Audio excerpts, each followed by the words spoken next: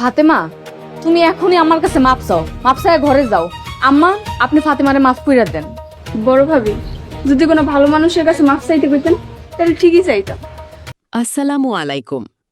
Eagle music প্রযোজিত এবং আপনাদের অত্যন্ত প্রিয় ধারাবাহিক নাটক সত্যের মৃত্যু নেই এর আজকের এই শ্বাসরুদ্ধকর পর্বটি নিশ্চয়ই আপনাদের ভীষণ ভালো লেগেছে।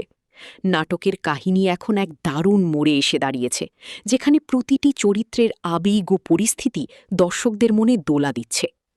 এখন আমি আপনাদের সাথে শেয়ার করছি এই নাটকের আগামী পর্ব এবং এর পরবর্তী আপডেট সম্পর্কে একটি সংক্ষিপ্ত আলোচনা।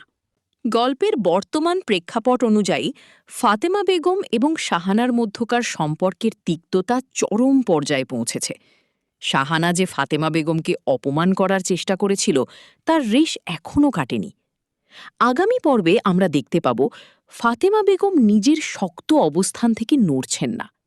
এমনকি আলাউদ্দিন এবং ফাতেমার এই পারিবারিক কলহ কিভাবে তাদের দাম্পত্য জীবনে প্রভাব ফেলছে সেটিও আগামী পর্বে ফুটে উঠবে।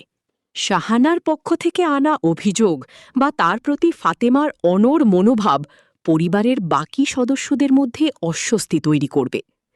আলাউদ্দিন এবং ফাতেমা একে অপরের ওপর কতটা ভরসা রাখতে পারবেন, নাকি বাইরের মানুষের কথায় তাদের সম্পর্কে ফাটল ধরবে, সেটাই হবে আগামী পর্বের মূল আকর্ষণ। এছাড়া ফাতেমার মনে যে চাপা ক্ষোভ ও হতাশা কাজ করছে তা কি কোনো বিস্ফোরণ ঘটাবে, সেটি দেখার অপেক্ষায় আমাদের থাকতে হবে। আপনারা যারা অধীর আগ্রহে পরবর্তী পর্বের অপেক্ষা করছেন তাদের উদ্দেশ্যে জানিয়ে রাখি, সত্যের মৃত্যু নেই নাটকের পরবর্তী পর্বটি দেখার জন্য আপনাদের খুব বেশি অপেক্ষা করতে হবে না। আগামী পর্বটি সম্প্রচারিত হবে আগামীকাল, অর্থাৎ ১৬ মে শনিবার দুপুর ৩টায়।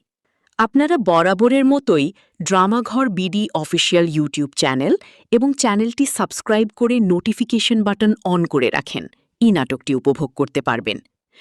ধারাবাহিকটি যেভাবে এগিয়ে চলেছে তাতে করে সামনের পর্বগুলো আরও বেশি রোমাঞ্চকর এবং আবেগপূর্ণ হতে যাচ্ছে।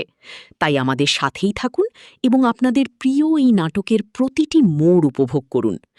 আশা করছি ফাতেমা ও আলাউদ্দিনের গল্পের এই টানাপোড়েন আপনারা উপভোগ করবেন। সবাই ভালো থাকবেন, সুস্থ থাকবেন। আল্লাহ হাফেজ।